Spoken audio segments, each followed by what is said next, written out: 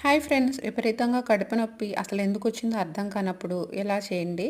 చిటికెలో కడుపు నొప్పి అయితే తగ్గిపోతుంది. ఒక 2 టేబుల్ స్పూన్ల ధనియాలు తీసుకొని ఒక ప్యాన్లో వేసుకోవాలి. 1 టీ స్పూన్ సోంఫ్ అన్నమాట, ఇది కూడా వేసుకొని మంచి అరోమా వచ్చే వరకు ఫ్రై చేసుకోండి. తర్వాత ఇందులో ఒక గ్లాస్ వాటర్ని వేసుకోండి. ఇవి మరీ ఎక్కువగా మరగాల్సిన అవసరం లేదు. ఒక 5 నిమిషాల పాటు మరిగి కలర్ చేంజ్ అయితే సరిపోతుంది. మంచి స్మెల్ వస్తుందన్నమాట. ఆ స్టేజ్లో ఇందులో ఒక 2 టీ స్పూన్ల పంచదారని అయితే వేసుకోవాలి.